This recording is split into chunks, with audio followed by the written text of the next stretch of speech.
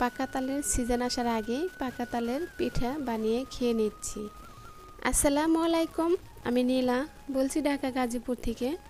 ছোট ছোট অংশ নিয়ে ভিডিওটা সাজাইছি, আশা করি আজকের ভিডিওটা আপনাদের ভালো লাগবে। যে যেখান থেকে বসে আমার ভিডিওটা এই মুহূর্তে দেখতেছেন এবং দেখবেন, কাছে কি দূরে, দেশ এবং দেশের বাহিরে, আশা করি আল্লাহর রহমতে সবাই সুস্থ আছেন, ভালো আছেন। আলহামদুলিল্লাহ, আপনাদের দুয়ায় ভালোবাসায় আমার পরিবারের সবাইকে নিয়ে আমরাও বেশ ভালো আছি। তো এখানে সকালবেলায় আজকে শুধু রান্নাবান্নার ভিডিওই করব, কারণ বাসায় মেহমান থাকলে রান্নাবান্না কিন্তু সারাক্ষণ রান্নাঘরেই থাকতে হয়। এমনি তো আমাদের গৃহিণীদের রান্নাঘরের দিনটা কাটিয়ে দিতে হয়, তারপর বাসায় মানুষ থাকলে কিন্তু তারপর আরও বেশি হয়। তাই মানে রাতের বেলা বিরিয়ানি করছিলাম, সকালবেলা সোহানের বাবার খাবারটা দিতে হয় না, সকাল সকাল রান্না করেই কিন্তু খাবারটা তাকে দিতে হবে। তাই আমি ফ্রিজ থেকে প্রথম মাছ বের করে নিলাম, 2 প্রকারের চিংড়ি মাছ আর তেলাপিয়া মাছ, আর ফ্রিজে তাল ছিল সেটাই। আর সকালে নাস্তা বানানোর জন্য এখানে গুলা আটা রুটি বানাবো। গুলা আটা রুটি করার জন্য আটাটা গুলে নিলাম। এভাবে গুলা আটা রুটিটা কিন্তু খেতে বেশ ভালোই লাগে। আর গ্যাসের যে কি অবস্থা দেখতে পাচ্ছেন, গ্যাস এলো ফুল গ্যাস। দেখেন, আর কারেন্ট নাই, কিন্তু কারেন্টেও যেমন ডিস্টার্ব করছে তেমন গ্যাসেও ডিস্টার্ব করতেছে। মোবাইলের লাইটের আমি যে মোবাইলটাতে ভিডিও বানাই সেই মোবাইলে কিন্তু আমি লাইট জ্বালিয়ে এভাবে ভিডিও বানিয়ে থাকি, তাই এরকম একটু আলো দেখা যাচ্ছে। আর কি করব, কিছু করার নাই। আর আমার রান্নাঘরটা একটু অন্ধকার টাইপেরই, কারণ চুলার সাইডে বড় একটা পিলার দেওয়া, এখানে একটু অন্ধকার টাইপের। তো আমি গোলাটা রুটিটা গুলে নিয়েছি, আর এখানে দিয়ে দিলাম। এই যে একটু হালকা ঢেকে দিলে উপরে কারিটা অনেক সুন্দর একটা সিদ্ধ হয়, আর দেখতেও ভালো লাগে। তো এক পাশ হয়ে গেছে, আর এক পাশ উল্টে দিলাম। এভাবে একটু সময় নিয়ে ভাজলে কিন্তু একবার বোঝাই যায় না যে এটা গোলা আটা রুটি না এটা বেলে নিয়েছি। রুটিগুলো কিন্তু প্রতিটা রুটি আমার এইভাবে ফুলে ফুলে উঠছে। এই তো এক পিস হয়ে গেছে, আমি আবারও ওইভাবেই রুটিগুলো ভেজে নেব। এই যে সবগুলো রুটি কিন্তু দেখা যাচ্ছে, বোঝাই যাচ্ছে না যে এটা গোলা আটা রুটি, ভাব বোঝা যাচ্ছে যে হাতে ভেজে নিয়েছি, হাতে বেলে নিয়েছি। তো এখানে ডিম ভাজি করবো নাস্তা হিসাবে। বিরিয়ানি আছে কিছু, ডিম ভাজি দিয়ে যে যেটা খেয়ে নেয়, কেউ রুটি খাবে, কেউ বিরিয়ানি খাবে। তো এখানে 3টে ডিম ভাজি করার জন্য আমি এখানে পেঁয়াজ কাঁচামরিচ কুচে নিয়েছি। আর ডিম ভাজলে এইভাবে হালকা একটু হলুদের গুঁড়া দিলে ডিমের যে একটা গন্ধ আছে ওইটা কিন্তু করে না। আমি কিন্তু সবসময় এইভাবে দিয়ে থাকি। যারা না বুঝেন, নতুন গৃহিণী, হয়তো তাদের জন্য এটা একটু বলা হলো। আমার নতুন আপুরা তো কেবল সংসার জীবনে পা রাখতেছে, এখানে না বোঝার কারণে কিন্তু তাদের বুঝে দেওয়ার জন্য এই কথাটা বললাম। আর আমার নতুন গৃহিণী যারা আছে, আর আমার অনেক আপুরা তো অনেক সুন্দর সুন্দর করে রান্না করেন, দেখি তো খেতে ইচ্ছা করে, মনে হয় যে পাশে থাকলে যে নিয়ে এসে খেয়ে নিতাম। তাই তাদের তো আর বলার মতো সেরকম কিছু নেই।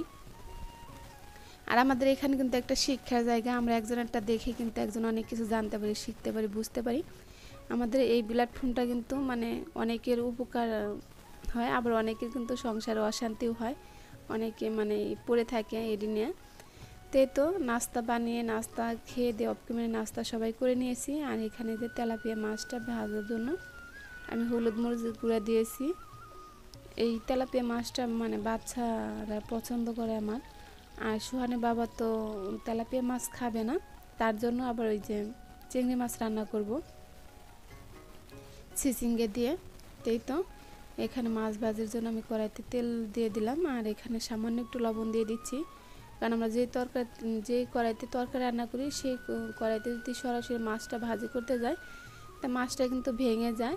তো এখানে কড়াইটা ভালো করে গরম করে নিয়ে ওখানে একটু তেল দিয়ে তেল ভালো করে কড়াইটা গরম করে তারপর তেল দিয়ে ওখানে সামান্য একটু লবণ দিলে কত সুন্দর দেখতে পাচ্ছেন মাছগুলো উঠে যাচ্ছে। এই টিপসগুলো আমার নতুন আপুদের জন্য, যারা না জানেন। তো কথা বলতে বলতে অনেক কথাই বলে ফেলি, আমার কথা বলতে টুলে ক্ষমা দৃষ্টিতে দেখবেন। আর এই পর্যায়ে আমার ভালোবাসার মানুষদেরকে একটা কথা মনে করে দিচ্ছি, সেই বোরিং পুরনো কথাটা যারা ধৈর্য সহকারে ভিডিওটা দেখতেছেন, একটা লাইক দিতে ভুলে গেছেন, প্লিজ দয়া করে একটা লাইক দিয়ে দিবেন। আপনাদের ছোট্ট একটা লাইকে কিন্তু আমার ভিডিওটা আরও সামনের দিকে এগিয়ে নেওয়ার জন্য সাহায্য করবে, পরবর্তী আমার আরেকটা ভিডিও বানানোর জন্য উৎসাহিত করবে। তো এখানে আমি পেঁপে দিয়ে লাউ দিয়ে রান্না করতেছি, তাই রসুন আর পেঁয়াজ ছেঁচে নিলাম। আর আমার একটা আপু বলছিল ফিরিঙ্গিটা ভালো করে দেখানোর জন্য সে আপুর চ্যানেলের নামটা এখন আমার এই পর্যায়ে মনে নাই, কারণ আমি এখন ভয়েস দিই, যখন ভয়েস দেই অনেক কিছুই কিন্তু মনে থাকে না। তাই ওই আপুটার উদ্দেশ্য করে দেখায় দিলাম ফিরিঙ্গি কাকে বলে। এটা কিন্তু একদম একটা পাতার মতো আর অনেক চিকন, আর এটা সুগন্ধিটা আমার কাছে বেশ ভালো লাগে। সবার কাছে কিন্তু সব কিছু ভালো লাগে না। তাই আপুটা যদি আজকের ভিডিওটা আমার দেখে থাকেন অবশ্যই বুঝতে পারবেন আর দেখবেন। আমি কিন্তু এই ফিরিঙ্গিটা মানে ইউটিউবে এসেই দেখছি এবং নাম জানতাম না, আর আগে কখনো খাইনি। তো তাই আপুকে দেখা দিলাম। আর এখানে পেঁপে দিয়ে তেলাপিয়া মাছটা রান্না করব। আর ওখানে লাউ ডালটাও আমি কিন্তু আপনাদের একটু দেখিয়ে দিয়েছি। তার এখানে ছিচিঙ্গে দেওয়া চিংড়ি মাছটা অবশ্যই দিয়ে, এগুলো নদীর চিংড়ি মাছ, ছোটো ছোটো অনেক, আর খেতে কিন্তু বেশ ভালোই লাগে। ছোটো চিংড়ি মাছ দিয়ে যে কোনো জিনিসই রান্না করলে ভালো লাগে। চিংড়ি মাছটা আমি খাই না, তারপরে কিন্তু রান্না করতে পরিবার সবাই অনেক তৃপ্তি করে খাই, দেখে অনেক ভালো লাগে। তেনে ছিচিঙ্গা কেটে নিয়েছি, সাথে 2টা আলু দিয়েছি, দিয়ে মশলার সাথে ভালো করে কষিয়ে নিচ্ছি। আরেকটা কথা আমার ভালোবাসার মানুষদেরকে বলি, আমার ভিডিওতে অনেক নতুন আপু ভাইয়ারা অ্যাড হচ্ছেন, বিশেষ করে আপুরা বেশি অ্যাড হচ্ছেন, ভাইয়ারা কমই। তাই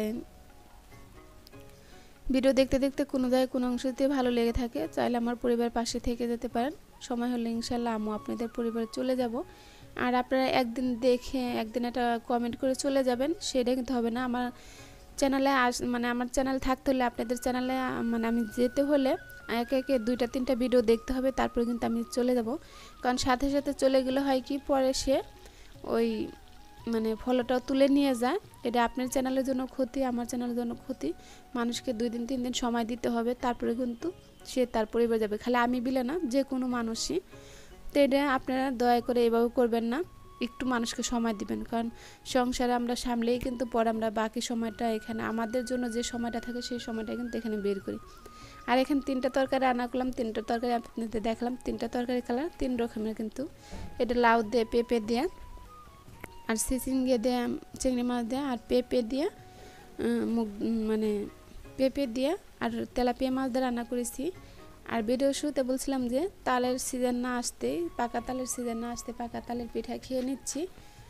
তো আমার গত বছরের যে তাল, হয়তো আর সামনে কিছুদিনে মানে 1-1.5 মাস পরে তালটা উঠে যাবে, মানে পাকা তেলটা বাজারে কিনতে পাওয়া যাবে। তো এটা আমার গত বছরের তাল, আমি ডিপ ফ্রিজে রেখে দিয়েছিলাম। আর আমি কখনো তাল কিনে খাই না, আমার বাবার বাড়ি থেকে, মানে বাবার বাড়ির তাল গাছ আছে, ওখান থেকে তালের রস করে এভাবে বক্সে ভরে পাঠিয়ে দেয়, সেইটাই আমি সারা বছর সংগ্রহ করে খেয়ে থাকি। কোনো দিয়ে কিন্তু মানে সিজনের তাল আর অসিজনের তাল কোনো দিয়ে কিন্তু খারাপ লাগে না, ভালোই লাগে। আর এটা ডিপে রাখলে কোনো সমস্যা নয়, আর মানে বরফ হয়ে থাকলে কিন্তু ভালোই থাকে। ডিপ ফ্রিজে রেখে 1-1.5 বছর সংগ্রহ করে খাওয়া যায়। তাই খেয়েছি, মানে সিজন আসার আগে যে তালটা খেয়ে নিলাম, বেশ ভালোই লাগছিলো। পিঠাগুলো বানিয়ে খেয়েছি। আর দেখতে পাচ্ছেন সবগুলো পিঠা আমি এভাবে বানিয়ে নেব, এভাবে মানে তেল সেকে আমি তুলে নিচ্ছি। ঠান্ডা হলে অনেক মুসমুস হবে, আর পরে মানে যখন একবার পুরোপুরি ঠান্ডা হয়ে যাবে তখন কিন্তু একটু নরম টাইপের হবে। তাই কার কার এইভাবে তালের পিঠা পছন্দ একটা কমেন্ট বক্সে কমেন্ট করতে ভুলবেন না। এই যে সবগুলো পিঠা এইভাবে বানিয়ে নিয়েছি, আপনাদেরকে একটু দেখিয়ে দিচ্ছি। আমার কাছে বেশ ভালোই লাগে, আর আমার পরিবারের সবাই অনেক মজা করে খায়। তো অনেকগুলোই পিঠা হয়েছে। আবার এই বছর নতুন তাল উঠলে তো আমার আম্মা এইভাবে দিবেই। তো ভিডিওটা এখানেই শেষ করব, দেখাবে নতুন কোনো ভিডিওতে। সে পর্যন্ত ভালো থাকুন, আল্লাহ হাফেজ।